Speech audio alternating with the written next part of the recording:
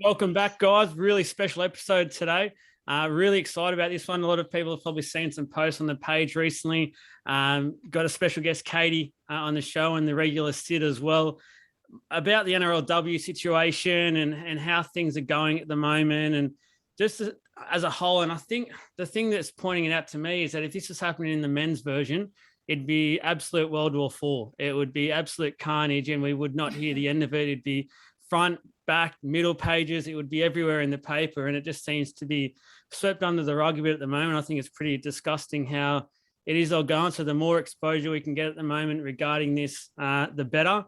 Katie, look, I know you're around the media side of it. I know you've also played the game, trying to do a bit of digging into your career and things like that over the last few days, knowing I've got you on.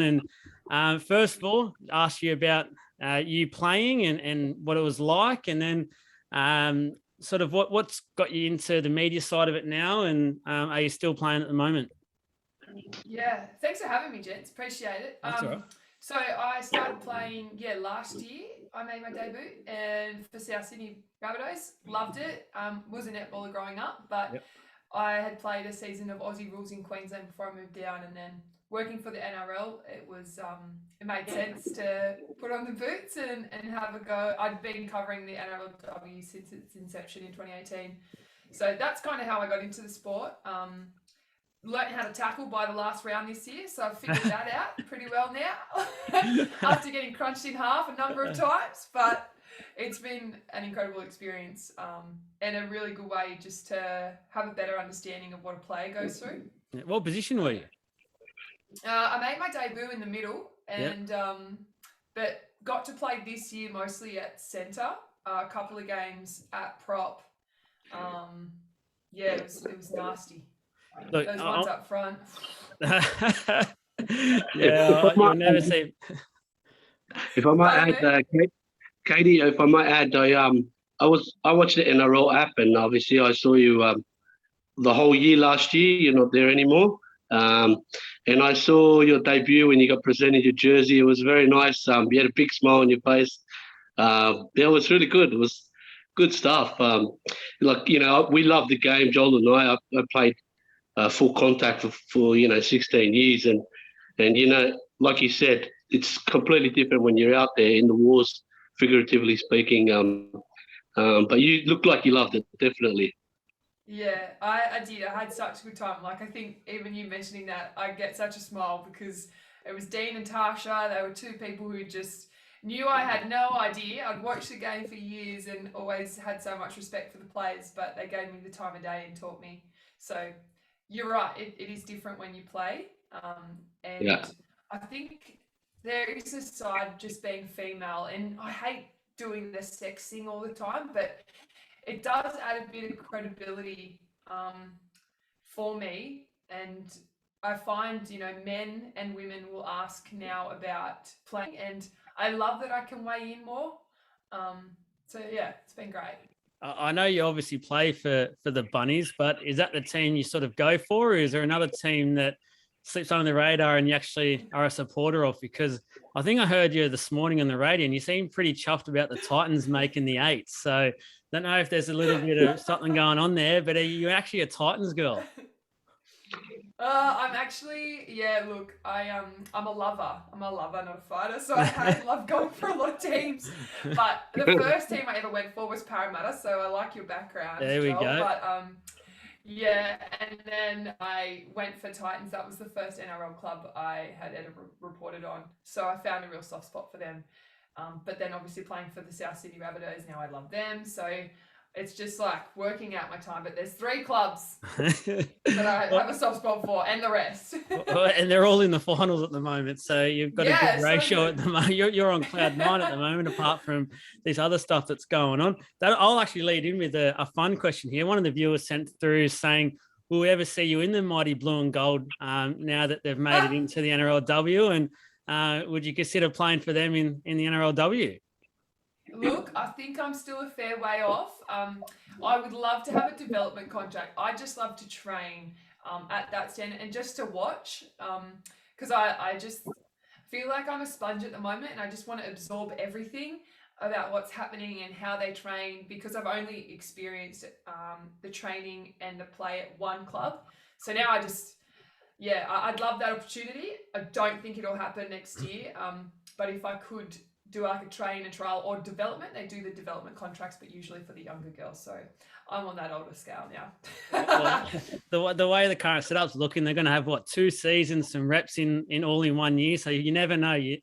Who knows? By this stage next year, they might have a 3rd season. They might try and find somehow to bring one more. Let's get into some serious stuff here and the current state of what's actually going on. Let's dig a bit deeper into it. And for some of the neutral fans out there who just are sort of not turned a blind eye, but aren't too sure what's going on, just because I've said at the start, the media coverage hasn't been as full on as it probably should be regarding the situation. But we've seen a press release yesterday, which I read and sort of shook my head at a lot of what Andrew Abdo actually said about it, and seemed to focus the fact about money. And then in the same sentence, he sort of said only some of the players are actually going to be getting it. So it's sort of like it's defeating the purpose of what's going on and what the actual argument is for everything. If someone gets injured at the first week of the first season next year, what's going to happen to them for the rest of the year and things like that. So for a neutral who's just tuning in at the moment, it's sort of going, what's going on here? Can you sort of start us off with what's some of the main factors going into this big push at the moment in terms of what's making a lot of the players unhappy? Yeah, for sure. So I think it's a lot to do with the miscommunication, and I think they just feel really let down. And the other thing is contract security. So right now, the competition, the NRLW, is the elite women's rugby league competition in the Trans-Tasman. And I think people are still coming to terms with that. But that's how the NRL sell it, and that's what it is. So it's been postponed twice, and now to a 3rd time, and it looks like a super exciting calendar in 2022, which it is. And the girls are grateful. They want to play as much footy as possible. But what's happened is there's a number of players who are now stranded and can't get back to New Zealand, and there's 5 in hard quarantine in Queensland, and they're the ones who are being back paid and financially looked after because they can't work, which is a tick. But for the other 120 players, they're sort of being left with nothing and no security. And I think the female players are trying to make a point that they did everything in their contracts for a whole month and won't see $1, and it was taken out of their control that they can't play. And they're pretty filthy that 75% of them earlier in July said that they would relocate. Now the NRL have said, well, that's 75%. So would you have really located, and is that fair? Because then 25% miss out. And they felt like the best option was to push it back until 2022. That's fine if you want to push it back to 2022, but I think you need to pay the players for their work. And also in 2022, you need security. So all well and good to have a number of contracts, but I think the players really want security from January to December. Because if you do your ACL, and I don't want to say that, but you have to think of the worst possible scenario, then you've played one game and you can't get another contract for the rest of the year. So you're missing out on big coin. You're missing out on at least 60K potentially. Yeah. And the thing is, a lot of these players, not on the full-time contracts that the men's get, and the sponsorships agreements and all that. So they don't have that coverage if they do get that injury. Is it true that, and I heard this on the interview that you and Alana and the girls did a couple of days ago, is that because they made this decision a day or two before the pay was supposed to go out, most players didn't get paid for anything this year, really. So they've taken time off work and things like that, and yet they've basically been finished with $0 in the pocket. And some of them are left out of home at the moment. As you mentioned, some are Kiwi players who still can't get back over there. And I think it's a bit different. These are mothers. So these are people who are away from their family. Fathers, yeah, it is hard, but mothers, for mine, it's a different level of difficulty there. And I think this is extremely poor. But is that true that some of these players literally have got $0 from all this? Yeah, that's 100% true. Yeah, Wow. $0. The only club who paid their players were the Knights. Their payroll was earlier than the other clubs. And so when I asked Andrew Abdo about that, he said, well, that's on the club because they're the employer and their pay came out earlier than the other 5, but there's no compensation. And I just find it really disappointing. Really, like, you just think, imagine you missing out on pay for a month, but also because they've gone, okay, well, before the NRLW, they've planned, right? Because they're going, I'm going to finish my job up here. I'm going to take leave without pay for 10 weeks. I'll do my preseason play, because a top tier player is actually eligible for $28,000. That's good money for that amount of time. So the top 30 girls, or the top 5 at each of the 6 clubs are on 28K. And if they can get a sponsor, then they're on more. There's a lot of ins and outs that they can expect to. So that's probably what's heartbreaking. And then the lower tier, they're the ones who really want to crack it, right? They're the ones who go, I know I'm on low coin, but I know I'm better than her and her and her. So now that they're without the minimum wage, and I'm pretty sure the minimum was 8 to 12. Don't quote me on that, but it was a lot higher than last year. So it's still a big bill that they're now not going to be able to bring in. It's a massive. I can't get my head across so much of this. The men's game, we read in the paper like 6 months ago that they were all up in arms about taking a 10-20% pay cut because of everything going on. But then these are some people that are getting paid $0, and there's just nothing being said about it. But when it was 10 to 20% with the men's game, it was front page news. It was everywhere across anywhere, NRL on Fox, and you would have thought these guys were making $10 an hour for their jobs. And this is absolutely crazy to me. Sid, what are your thoughts about what you're hearing at the moment? Because we talk about this all the time, and I feel like, and I'll get Katie's answer on this one as well, but we've talked about this in the past where I feel like this whole situation around COVID, the NRL has done it so much better than the AFL. But for mine, in regards to the women's game, the AFL is streets ahead of the NRL at the moment, and it's really letting the game down at the moment. So I think, look, 2 things I want to add, and you guys have spoken a lot about the financial side, and yes, 100% significant. I think also it's a little bit, well, not a little bit, insulting and disrespectful. It's almost like a too bad, so sad sort of scenario. Oh, we can't do it, don't worry about it, and let's not worry about paying you guys either. And the cold shoulder that comes with it. It's really, what's really disappointing further to that is that these girls play mostly because the pay is so low. Even if they do get paid, it's quite low. Very high danger involved, These girls play for the love of the game. And that's the game that I know, because I played in park footy and, A grade and maybe state league, where you sort of, like New South Wales Cup and whatever else that went on in my time. And you sort of got a little bit of money, but you just loved it. You killed yourself and then you went back to work on Monday. And these girls are playing purely for the love of it. And it's just a kick in the teeth, for want of a better description. Yeah, for sure. And I think what people don't understand is the women aren't in the CBA, so the collective bargaining agreement. So they actually don't have like a backbone to go off. They just got squeezed into the current one, and they've got no broadcast obligations. So the NRL have put so much money into relocating the men's game because they actually have broadcast obligations to air those games, right? Whereas the NRLW just is squeezed in. But when you say like they play for the love of the game, that's why they gave up their jobs. That's why they flew across from New Zealand. That's why they've, said farewell to their families, because it's hard for like people who don't want to understand, but they are seriously doing this to be selfless. Like, they're not doing it to be selfish. They're doing this so that, when your daughter or your sister wants to play when they grow up, it won't be hard for them. And I hate sounding like a male hater, and I'm not that at all, but it's so hard to get your point across and be like, how do you just not think the same as me? And both of you are so understanding, which is really great.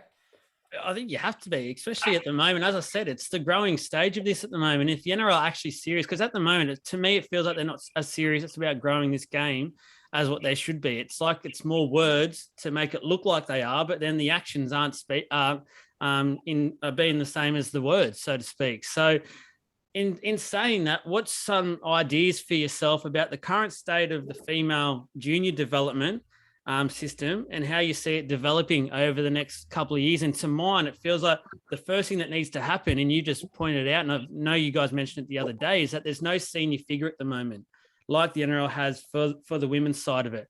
And if the NRL is serious about growing this game, they need that figure there. And I don't know if you've got a recommendation about a name who could do that, but surely there's a female out there, either a past great of the game or someone who knows the game, who can easily step up to that role and go, this is it. Let's go ahead and let's get this going. Oh, there's so many. Like at the top of, I mean, I had been in chats with Andrew Abdo and Peter V'landys when I'd left the NRL last year, and I said, like, I'd love to help with the women's game. I'd love to be like a consultant and just be that person between the players that communicates back. But myself, Sam Squires, Steph Hancock, Ruan Sims, Tasha Gale, like Dean Winners is at the NRL. Brad Donald is always doing the work there, but Hannah Hollis and I joke about, running the game. Alana would do a good job as well. Like, there's so many. Been unreal. She's like, we're so passionate because you kind of need those women with the men. You need balance, right? That's how you get the best product. And it's great. Like, women don't want to just run the NRLW. They want men there too. But I feel like you do need that separate body. Like, you do need that board or working group that's much bigger, so that is their number one priority. Yeah. What's the talent pool like at the moment? So the younger or the junior grades and things like, obviously got New South Wales Cup and things like that for the men's version, but at the women's version at the moment, how's that sitting? Is there enough talent there at the moment for the expansion? Yeah, huge. This is the question I love answering, because since 2018, numbers have gone up like 24% in terms of like junior participation. But like, when you're looking at the feeder clubs, so right now there's the BHP Premiership in Queensland, the Harvey Norman Women's Premiership in New South Wales. Each of them have incredibly talented teams, and they both love to say which one's more competitive right now. But Queensland are doing a great job. They're sort of leading the way in terms of flying clubs around the state to play a full state competition, whereas the New South Wales one is pretty Sydney-based heavy, only with like one or two teams outside of that. And then below that, the Tasha Gale and Lisa Fiola competitions are huge. The Tasha Gale players are like scary good. And so they're already being named in NRLW teams as training partners. So it's really healthy. They do have the numbers to expand. People always say, oh yeah, but you don't have the depth. I would argue, have you not watched the NRL? Have you not seen the bottom 8? I would argue that we don't have depth in the men's game right now. There are always going to be shit teams. It's just what happens in any sporting code. Yeah. So that's somebody's not an got to excuse. come with us. Yeah. And when you see it, you can be it. Like, I guarantee you have a longer competition, more girls go, whoa, I can play for the Canberra Raiders. I live in Canberra. Okay. And then the numbers just shoot through the roof. Girls just, it's like me. I'm nearly 30 and I just want to play because I love sport. Like, give me an opportunity. I'll run around. Yeah. It's crazy because me and Sid talk about it. We sort of say that it's no disrespect at all to the competition, but when it was 4 teams, it's sort of like it was a bit of a slap in the face because they played it around the finals time. So it was never front and center. The men's game was still front and center for everyone's minds. And then it was sort of played in the background like, oh, here you go. We're giving you your opportunity, but we're not really giving you the opportunity because you're not the main focus. Where me and Sid have talked about it for ages. We'd rather it just expand now and just go more, bigger than it needs to, and then have, as you said, maybe a year or two as some poor teams that are down the bottom, and that's just the way competitions run. But it'll a much bigger way moving forward. The teams will be so much better for that, and the development will happen, and then girls will see it and go, look, as you've stated, I can play for the Knights, and I can play for the Eels, I can play for the Raiders, things like that. And look at who knows what's happening in Victoria. They've only got AFL at the moment, but there's surely some talent down there that aren't getting a run in AFL or something. And you could surely go, yeah, I'll go play for the Melbourne Storm. Sid, we've talked about this a lot, but where are your thoughts at with things and the growing of the NRLW? Definitely expansion. And you know, you've said it already. We the four teams, there's a couple of games and it's finals, and that's fun. It's nice. The Dragons are in it, so I was happy. But definitely need some more. I don't know how somehow they got the curse of losing all the time, just like our men's, but that's another story. But definitely expansion is the way to go. I think. How should I put it? The NRL looks for maximum revenue, and that's understandable with the business, but they've got to just be a little bit patient, just give a little bit more, and then the revenue will come. The product will grow and it'll build itself. And like you guys both said already, there's plenty of girls out there. You never know. I mean, I always say your daughter could be the next, Kari Webb or whatever. So, but if she never plays golf, she'll never know, right? Yeah. So, look, I want it personally. I want it as a fan. I like it because it's no wrestle. It's just good old-fashioned footy. They try to cart it up, get a quick play the ball, and then throw it, let the ball sing, And I also want it because my daughter's 3 and she wants to captain Australia. So Yes. Yeah. I hope she doesn't play anything like her old man. So we could be in trouble there. But Katie, next year, so my understanding is there's going to be the start of the year, there'll be effectively the 2021 competition. There's going to be then rep games in the middle, and then there's going to be another season. So the way the contracts are standing, if I've got this right, someone could play for, say, Parramatta the first season, and then at the end of the year, they could be playing for the Roosters. I'm just a little bit confused by all that, and it's effectively 3 different types of contracts in 1 year. Am I right in saying that?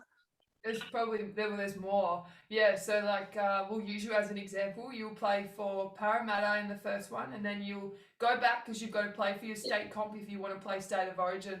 So you'll drop back and you'll play for maybe Central Coast Roosters, and then from there you'll go into your State of Origin camp for 2 weeks. So you'll play State of Origin series, then you'll come out and you'll go back and play for Central Coast Roosters again, and then play finals. And then you'll play in the 2022 NRLW series, but you might play for the Roosters in that one. So we'll say you'll play for the Roosters, and then after you finish that, you're going to the World Cup. Congratulations. Thank you. If you're not injured. Oh, that is absolutely insane. People whinge that the guys are getting loaned out for a few games, or at the end of the season they're getting released early, and we're going to see some women who play for 3 different clubs in the 1 year. That is absolutely insane when you think about it. I can't believe that. You know what? There's a benefit though. Yeah, there's a benefit though, because they'll learn under different coaches and all that sort of thing. True. But isn't our game all about that tribalism? And you want to have that passion there, like for the Eels, for instance, they're a newly franchised side, and let's say, I feel like they've actually got a pretty decent side on paper for next year in the first one. So they would love to build that. This is their first time in the competition. And now it's sort of like if they do well, their good players will get poached to other clubs for the second lot of competition, and they'll lose all the momentum. I just think that's absolutely insane. So do the girls. I think the only thing the girls think, the women think that is odd is that they're not going to have any security for the 2 comps. So they don't, I think because they can't have security because they want to add 2 more teams next year for the 2022. So they want to have 8 teams in that second comp. Whereas the women are saying, let's keep it at 6, sign me for 12 months so there's security. And if there are stars that are developed during the year, then they will earn a contract, because guarantee you there will be injuries. It's a contact sport. Look at the injuries you have in the men's this year. Like I guarantee you there's spots that open up. Give us a couple of ideas of yours about what will bring more fans to the NRLW. What's going to effectively make it as strong as the AFL version, and hopefully over the next 12 months or so up there. Obviously, it won't get as big as the men's game for now, but what's going to get it up to that standard of ratings and things like that? I think the ratings, the TV ratings are pretty good, particularly Origin. I would recommend that if you are a rugby league fan and you love to buy your Eels membership that you do every year, then just make sure that when you're buying that Eels membership, you're buying the women's one too. And that's a really easy way. It is an extra cost, but it's a cost that is helping your 3-year-old daughter be the captain of Australia in 20 or 18 years' time. And it's tricky because you can't get to the games right now, but getting to the games, because actually if you watch the game at home or you listen to it on radio, those numbers aren't picked up by singular devices. So I think that's what people think, they're supporting women's sport by watching at home or watching at the pub, but those ratings don't get included. That's not how the rating system works. So you need numbers through gates. You need to show that people fill stadiums. So, and just sharing posts around, bringing it up in conversation is awesome. I always find, like, you know, with you and I, the three of us having a chat here now, could just say, oh yeah, did you see Ali in State of Origin? Like, she was shocking, or she was awesome. And then that generates convo. And then you say, oh, well, why was she? Why do you think she was shocking? No, she wasn't. And then all of a sudden you're building this like rivalry between each other of why or why not you like a player, and you do that in the men's. Yeah, I think we've already got our favourite players for the NRLW, and we always have a bit of a chat about it and try and have a bit of gestures to each other. So we're definitely fans of the game at the moment. There's no denying that. A question for you though: who's going to win the 2021 NRLW side of it? Who's going to win the first one? Because we don't know what's going to happen in the second one yet, so I won't ask you that. You know what? Last year I tried to say that the Broncos would get beaten, and I had to eat my words. So you cannot look past them. I just refuse to tip against them. Who faces them in the grand final? I feel like the bogey sides are always Roosters and Dragons for some reason. So maybe I'll just have a stab and go Eels have got a pretty nifty side. So see how they go. I like their half, Emily Curtin. I think she really deserves a shot in there. Yeah, I'm the Golden West all the way. It's got to be Parramatta. And I think Sid's still traumatised from last year's. He talked up his Dragons and we all believed him, and we were all like, yep, that side looks amazing. He was so devastated. So Sid, is it going to be your Dragons again? I can't tip against them, and like you said, I look at the lineup and I'm like, yes, we have some talent, we have a good team, and I don't know, I'm just going to blame luck and injuries, and blame the ref, whatever. What about McGregor? You love to blame him. Oh, McGregor, don't get me started. Katie, we've loved having you on here. Is there some final thoughts you just want to leave with the viewers about something to either remember or something to help out? I will mention one thing about the membership side of it. I'm a Parramatta fan. This is no disrespect to the club or having a go, but I just haven't heard too much about the fact that we can become women's members. So I don't know if the clubs are doing enough to start with, and the NRL about promoting this. We always see them harp on about membership for the men's side of it, but I think I've maybe seen one post and got one email about the women's game and the fact that we can be members of it. Is there a final little spiel you'd like for our fans to know about? I'd say I think the clubs were probably not as dominant with their NRLW push because they didn't know that it was going ahead, and they didn't want to send out false information, but I can appreciate that feedback. And then I would just say for the people listening, whether you're a male or a female, keep the positive mindset. Like when women are asking for equality or they want to be paid, it's basically because they deserve to be. Like, don't question because they don't bring in money. That's not the mindset to have. And I think it always hits home when you say, okay, well, you came out of a woman's womb, so you wouldn't be here without a woman. And also, like, would you ever talk to your grandma or your mum or your sister or your daughter like that? And if you still say yes after that, well, then I don't want to be friends with you anyway. But that's what I would say. We're not saying yes to that at all. Sid, something final from yourself. You look like you're about to explode. Yeah, I just what Katie's saying, and I feel like there's a message between the lines here, and that's basically about people talking smack online and whatever else. Oh, the women this that. Just clowns. People grow 10 foot tall online, and I wouldn't worry too much about it. But yeah, you're right, 100%. Tell them, like if you're not going to talk to your mum and whoever else, all the other significant women in your life like that, then you shouldn't be referring to these girls like that. I try to put, like you said, keep a positive mindset. I try to put that rubbish aside. Mate, if I enjoy a sport, whatever it is, or I enjoy watching two snails crawl up a wall. I'm going to watch out and kill people. Yeah, me too. They'll move about as quickly as you can at the moment. So, Oh, look, guys, these chats always go a little bit longer than we promised. So we've got to let Katie go. We've gone over time, but if anything, please back the NRLW guys. Please back them for this at the moment. It's a fight that they need all the help to win and to get their message across. So share anything you can about it.